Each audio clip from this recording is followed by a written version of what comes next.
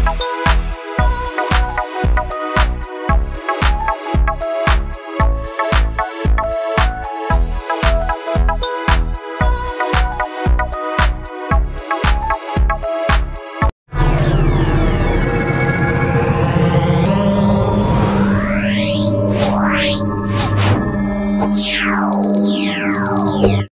mga kabungsis, welcome back again to another vlog. Motovlog tayo ngayon mga kabungsis. Dito naman tayo ngayon sa lugar ng Pasig. At i-update natin po ang Pasig City. Ayan, nililibot natin yung mga lugar sa Metro Manila para hindi lang yung Manila ang nakikita nyo sa vlog ni Busilak's Diary, kundi yung mga iba't ibang lugar po dito sa Metro Manila para meron kayong idea. At sa mga taga lugar nyo rin, kunwari sa Pasig, makikita nyo yung itsura ng lugar nyo after nang umalis kayo sa Pilipinas, para sa mga OFW natin na mga kababayan. At i-turn natin dito.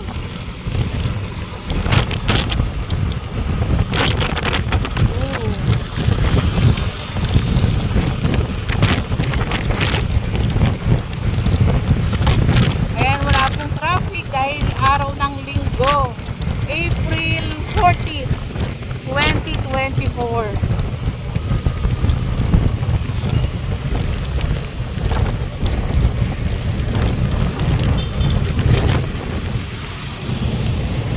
Ito yung tulay dito.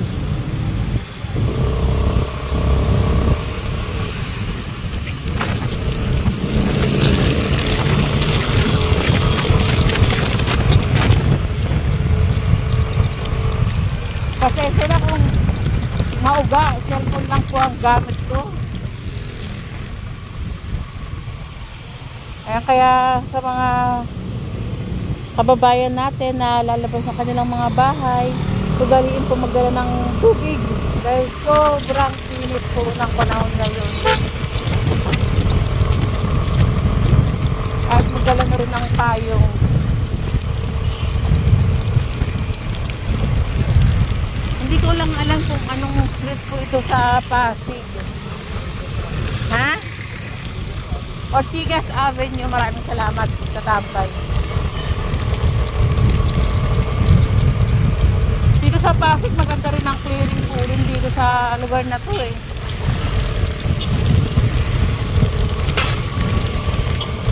Dahil mismo si Mayor Vico Sotto mismo ang pumupunta kapag merong talagang pasaway na matindi. Na talaga yung bumababa sa lugar na kiniklearing. Isa rin sa magaling na mayor para sa akin, Mayor Vico Sotto. Oops. And shout out sa ating mga kababayan na Pasigueños.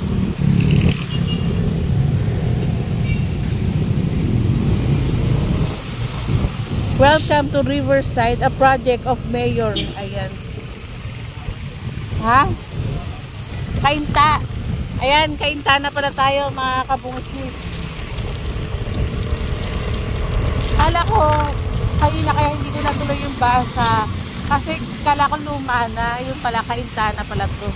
Ortigas Avenue Extension. Slow down pedestrian crossing. Pasig ko kainta pala tayo.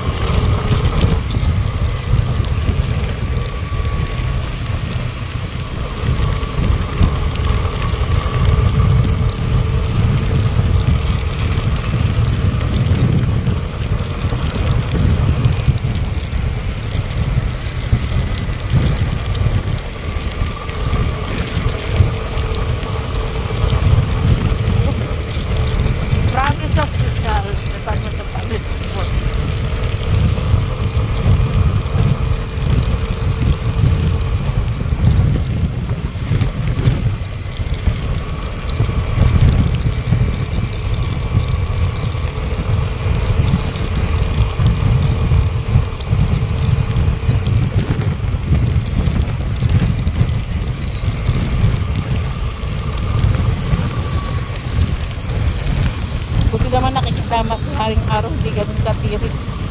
Pero may matitirik yan. Huwag napansin.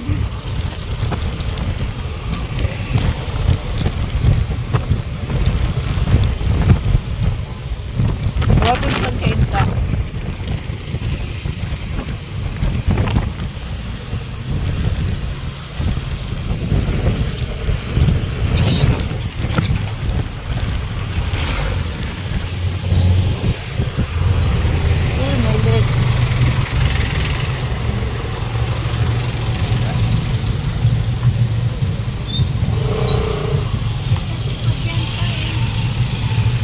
Ngayon, stop muna tayo dito dahil kapag nag-go tayo 99 pa, 97 seconds pa, ay hindi ganun katambay kung saan lugar na tayo.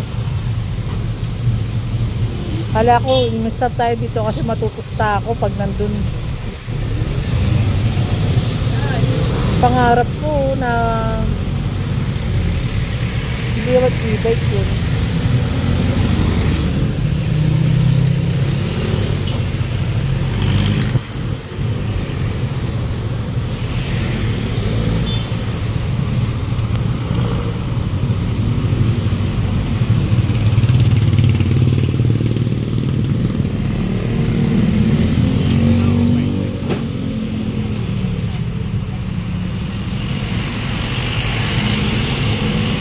Ako na lang sana.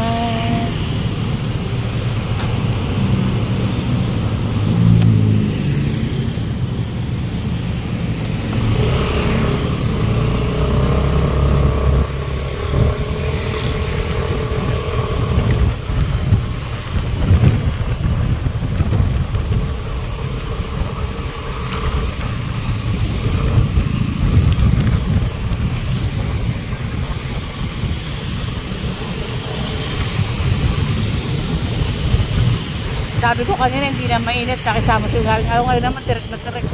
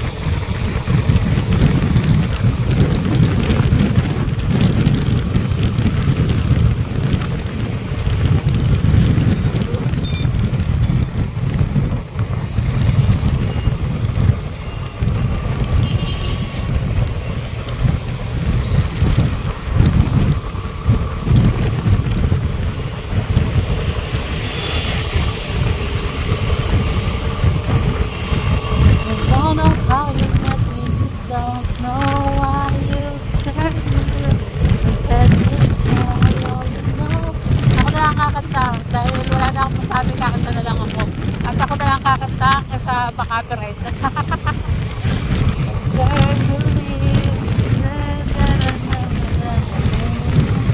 I said